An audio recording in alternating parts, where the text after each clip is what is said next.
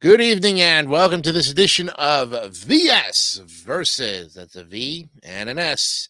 Episode 9 is upon you today on this Tuesday, October 22nd, 2024. And tonight we have two interesting companies battling out for who reigns supreme among delivery service. Now, you know, of course, the post office is in a league by its own, the United States Postal Service. That's USPS. But tonight on our program, we have two companies that are privately owned, and you've seen them driving around your neck of the woods sometime, like Al Roker always used to say. We're going to look at the history of each one, and of course, there will be a poll where you'll be able to vote on which one you think is the better of the two companies. I'd also like to make mention that on episode 10 this Thursday, we'll be looking at some back polling for the numbers that were on from episodes 1 through 9, so you get an idea of where they stand as far as the results of some of the polls over the course of the past episodes. Tonight, we look at the ever popular United Parcel Service, or UPS, or UPS, versus Federal Express, or FedEx. Yes, we'll look at UPS first and come back right after these very important messages.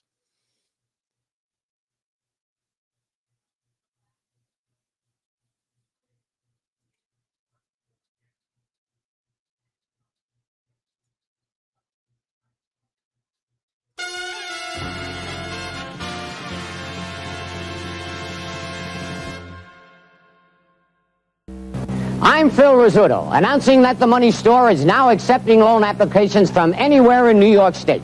From Niagara Falls to Montauk Point, from Messina to Staten Island, homeowners can borrow up to no limit for debt consolidation, business investment, or any purpose at all.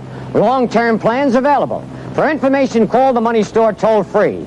From anywhere in New York State, dial 800-632-3262.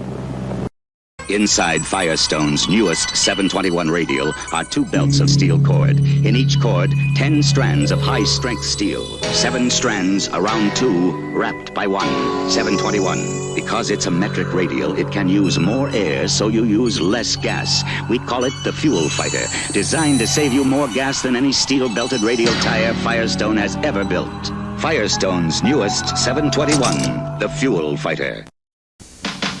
Take me out in my Wildcats. Take me out to the game. Kick up some action with lots of friends. Me and my Wildcats, the fun never ends. So get your feet moving in Wildcats. You're gonna heat it up every time. 'Cause they're Wildcats. With fast moving feet, Wildcats can be beat. Free with purchase of Wildcats by Buster Brown. You can get your free ball and bat at these Buster Brown stores. Which of these leading soft drinks gives you nutrition with vitamin A? Yoo-hoo. Vitamin B2? Yoo-hoo. Vitamin C? Yoo-hoo. Vitamin D?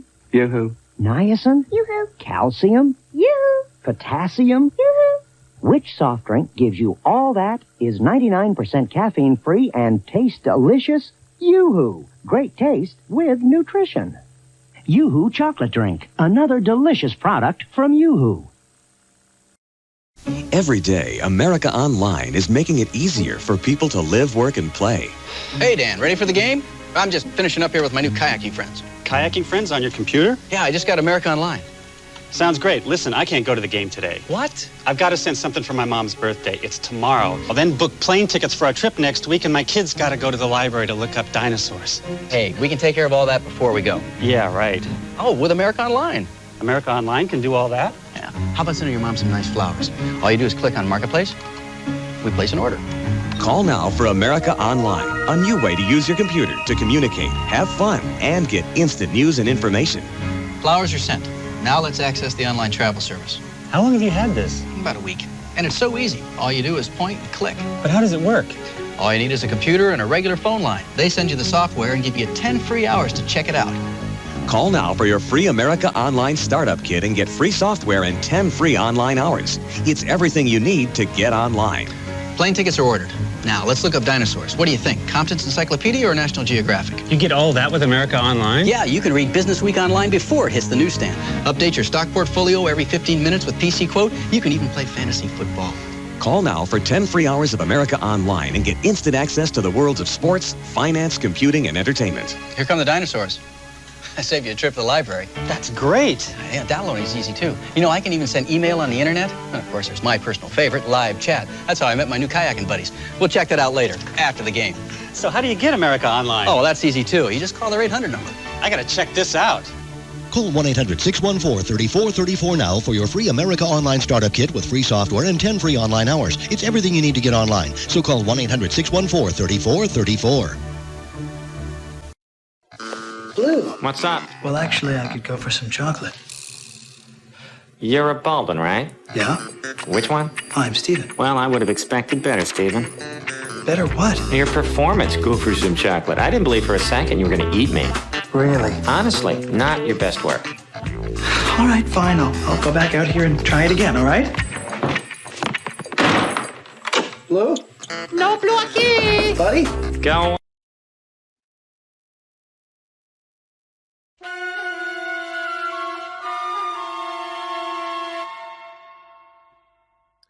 All right, let's take a look at UPS on this edition of Versus. Episode 9 is ready to start right now.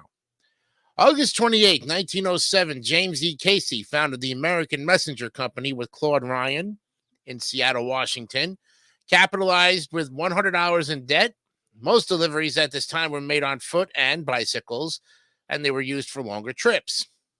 The American Messenger Company focused primarily on package delivery to retail stores with special delivery mail delivered for its largest client, the U.S. Postal Office. But then in 1913, the company acquired a Ford Model T as its first delivery vehicle. Casey and Ryan merged with a competitor, Everett McCabe, and formed Merchants Parcel Delivery. Consolidated delivery was also introduced, combining packages addressed to a certain neighborhood onto one delivery vehicle. Then in 1916, Charlie Soderstrom joined Merchants Parcel Delivery, bringing in more vehicles for the growing delivery business. In 1919, the company expanded for the first time outside of Seattle to Oakland, California, and changed its name to United Parcel Service. The Common Carrier Service was acquired in 1922 from a company in Los Angeles, California. UPS became one of the only companies in the United States to offer Common Carrier Service. At first, Common Carrier was only limited to a small area around Los Angeles, but by 1927, expanded to areas up to 125 miles outside the city. Then in 1924, a conveyor belt system was debuted for the handling of packages for UPS operations. 1930, a consolidated carrier service began in New York City and soon after in other major cities in the East and Midwest. The use of a common carrier for delivery between all customers placed UPS in direct competition with the USPS, and delivering parcels beyond the California border brought it under the jurisdiction of the Interstate Commerce Commission. The first city for UPS to use common carrier status outside California, Chicago, Illinois, in 1953. Air service through UPS was first used in 1929 through private airlines. However, the Great Depression and a lack of volume ended the service. Then in 1953, UPS resumed air service called UPS Blue Label Air, with 2-day service to major cities along the East Coast and the West Coast. Shortly before 3 a.m. on the morning of December 5th, 1974, a package bomb exploded at UPS's Northside Center on Beaver Avenue in Pittsburgh, Pennsylvania, killing 1 man and injuring 10 others. The murder case was initially investigated by Robert Cole, Assistant Superintendent of City Detectives, and later the FBI. The package originated in Erie, Pennsylvania, and its destination was the Spectrum Cycle Shop, Forks Church, Armstrong Company, and then UPS claimed no liability in the incident, and the case has yet to be solved. Then in 1975, UPS moved its headquarters to Greenwich, Connecticut, and began serving all of the 48 contiguous states of the United States. This expansion of operations made UPS the first package delivery company to serve every address in its contiguous United States. And additionally, in 1975, UPS went international by establishing operations in Canada. In 1976, they established a domestic operation in West Germany. Then the UPS Next Day Air Service was launched in 1985 for all 48 contiguous states plus Puerto Rico. In 1988, UPS Airlines was launched with the authorization from the FAA and became the fastest growing airline in FAA history. Currently the 10th largest airline in the United States. Domestic air service was added to Germany in 1989. In 91, they relocated its headquarters to Sandy Springs, Georgia, a suburb of Atlanta. Following this in 1992, UPS acquired both Haul Fast and Carry Fast and rebranded them UPS Supply Chain Solutions. Haul Fast provided the pallet haulage and trucking network for the Carry Fast group of companies. And by 93, UPS was delivering up to 11.5 million packages and documents per day. In order for the company to service the larger volume of customers in 1991, UPS developed technologies to improve efficiency. A handheld device called Delivery Information Acquisition Device was created to record and upload delivery information to the UPS network immediately upon pickup by every UPS driver. And in 1992, UPS began tracking all ground shipments electronically.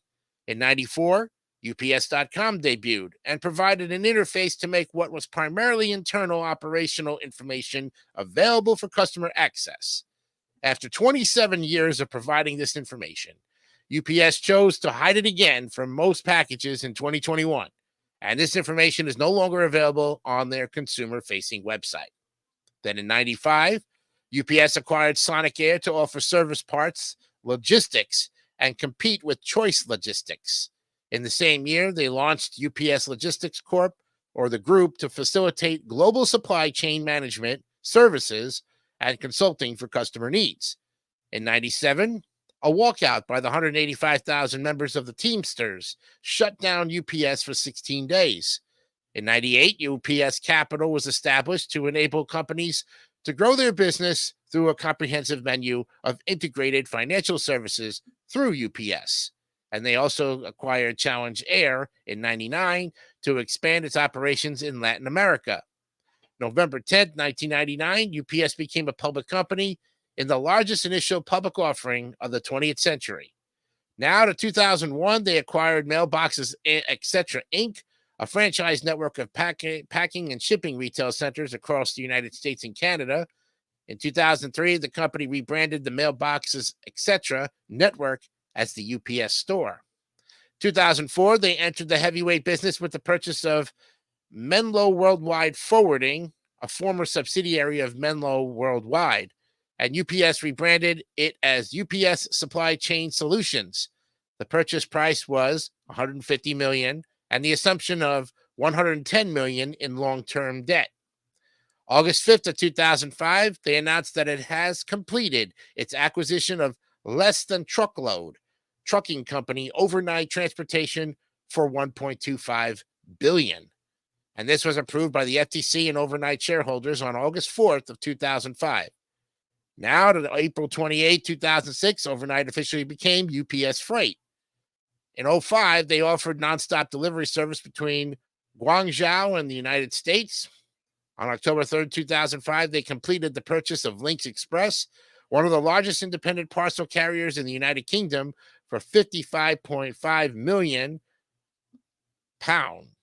That's about $97.1 million in U.S. funds, after receiving approval for its transaction from the European Commission.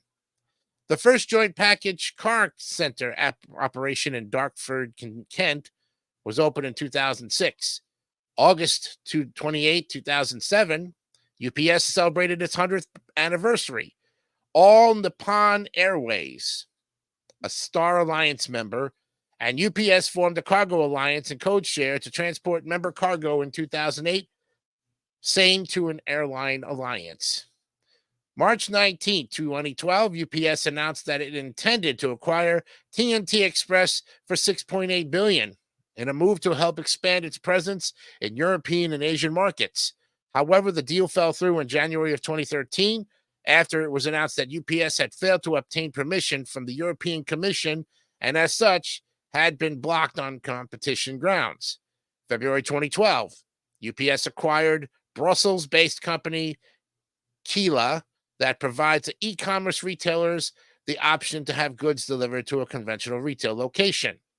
2018, the Wall Street Journal reported that UPS's operations were hampered by its outdated 20th century technology lagging behind its competitors. May 2019, they launched a partnership with autonomous trucking startup Too Simple to carry cargo across Phoenix, Arizona, and Tucson, Arizona.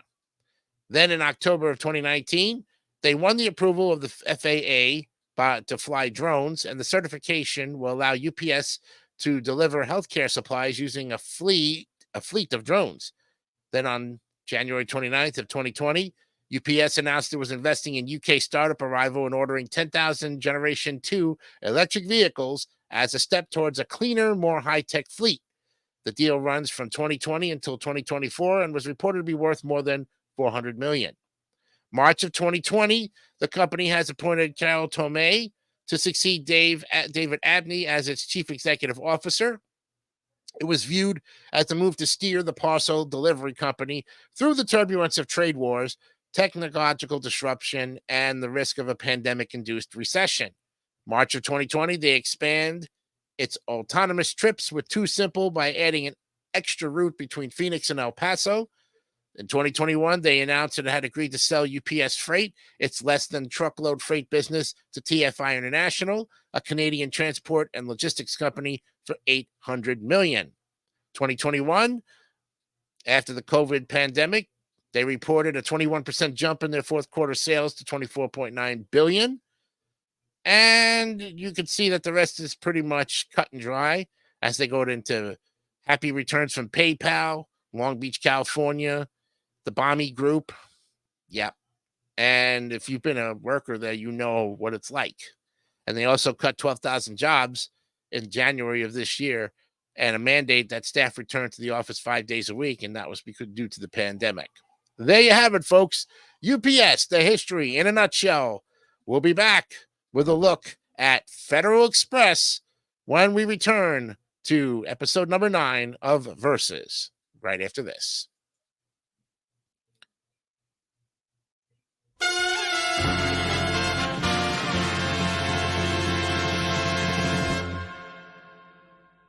Wherever you find race drivers, you'll find the racer's edge. Because they know nothing protects vital engine parts better than STP oil treatment. And millions of motorists just like you use STP. Because STP keeps their family cars running smoother, cooler, quieter, longer. STP is the racer's edge. Precious memories of teen angels. I've always liked to sing. Don Knotts, Barney Fife, and I used to sing on the old Andy Griffith show. Often hymns. I even sang on that lawyer show, Matlock. But never like this, with some of the finest singers and musicians in the world. Will the circle be unbroken? By and by, Lord, by and by, I will sing through the old drugget. The first solo I ever sang in church was Sweet Hour Prayer. I was 15. My family was proud. And now I'm proud. I get a chance to sing it again for you and your family.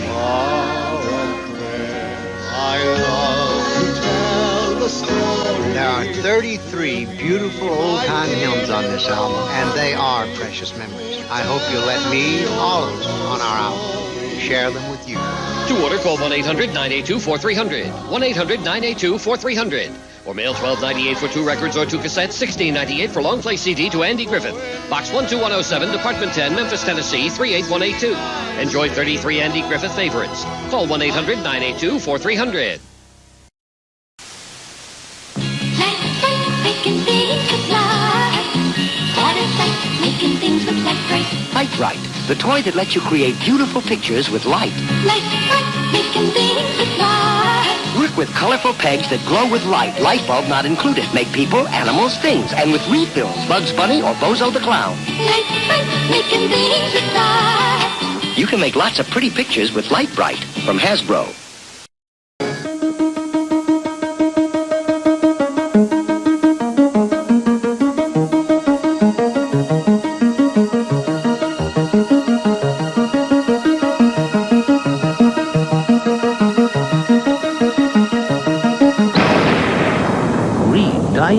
America's #1 self-help bestseller. It's the owner's manual for the human mind. Get your copy today at the Dalton Bookseller. Rice-A-Roni, the San Francisco treat. Rice-A-Roni, all in one package. Rice, vermicelli, and this fabulous flavor package. Rice-A-Roni, the flavor can't be beat. Brown the rice and vermicelli, add hot water, and saute. One pan, no boiling, cooking ease. A flavor that is sure to please. In minutes, a flavorful change from potatoes. Rice-A-Roni, the San Francisco treat. Hi, Ernie. Hi, Ernie. Hey, you're a cookie. That popular Keebler cookie named E.L. Fudge. That's E as in everybody, L as in loves, fudge. Pleased to meet you. Rich, buttery shortbread cookies shaped like an elf, then dipped in smooth, creamy fudge. Everybody's gonna love E.L. Fudge. I never met an elf cookie I didn't like. That's E as in everybody, L as in loves, fudge. E.L. Fudge cookies from Keebler. You'll love them.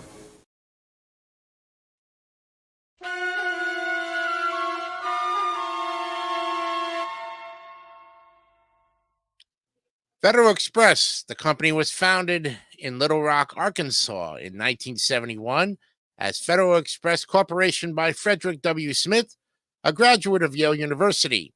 He drew up the company's concept in a term paper at Yale in which he called for a system specifically designed for urgent deliveries. And while his professor didn't think much of the idea, Smith pressed on. He began formal operations in 1973 when he moved operations to Memphis. Smith said he chose Memphis International Airport for being near the mean population center of the country and for its placid weather. The company grew rapidly and by 1983 had $1 billion in revenue, a rarity for a startup company that had never taken part in mergers or acquisitions in its first decade. It expanded to Europe and Asia in 1984, and then in 1988 it acquired one of its major competitors, Flying Tiger Line, creating the largest full-service cargo airline in the world. In 1994, Federal Express shortened its name to FedEx for marketing purposes, officially adopting a nickname that had been used for years. On October 2nd, 1997, FedEx reorganized as a holding company, FDX Corporation, a Delaware corporation. The new holding company began operations in January of 98 with the acquisition of Caliber System, Inc. by Federal Express. And with the purchase of Caliber, FedEx started offering other services besides express shipping. Caliber's subsidiaries included RPS, a small package ground service, Roberts Express, an expedited shipping provider, Viking Freight, a regional less-than-truckload freight carrier serving the western United States, Caribbean Transportation Services, a provider of air freight forwarding between the United States and the Caribbean, and Caliber Logistics and Caliber Technology, the providers of logistics and technology services. FDX Corporation was founded to oversee all the operations of those companies and its original air division, Federal Express. January of 2000, FDX Corporation changed its name to FedEx and rebranded all of its subsidiaries. Federal Express became FedEx Express, RPS became FedEx Ground, and Roberts Express became FedEx Custom Critical, and Caliber Logistics and Caliber Technology were combined to comprise FedEx Global Logistics. A new subsidiary called FedEx Corporate Services was formed to centralize the sales, marketing, and customer service for all of the subsidiaries. Then in February of 2000, FedEx acquired Tower Group International, an international logistics company.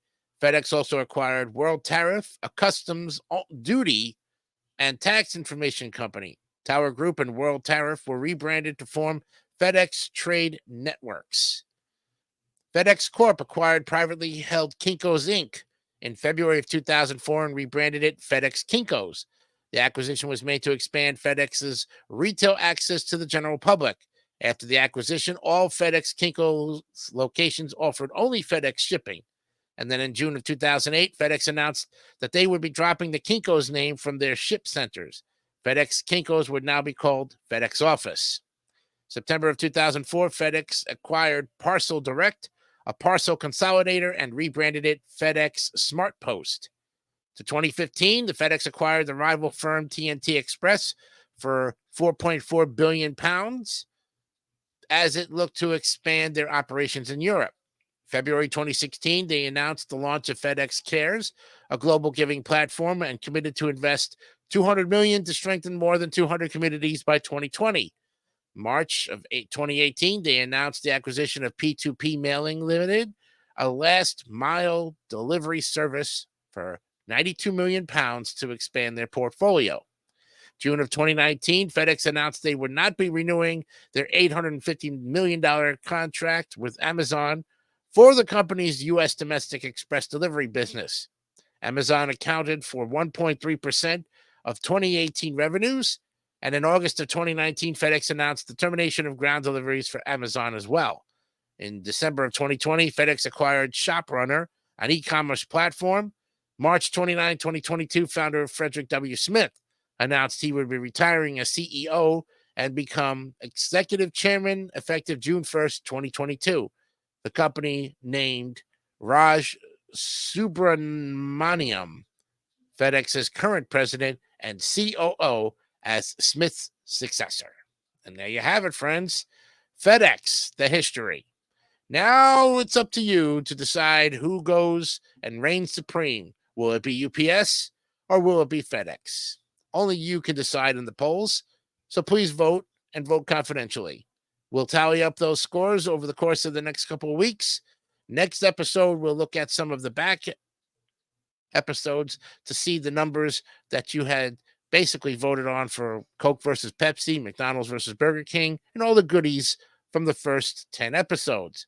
And of course, we'll have our next topic of companies to look at on the contrasting situations that come through on Versus. I'm Jason Icanio. Remember, be honest, be real, and keep it simple, stupid. Kiss.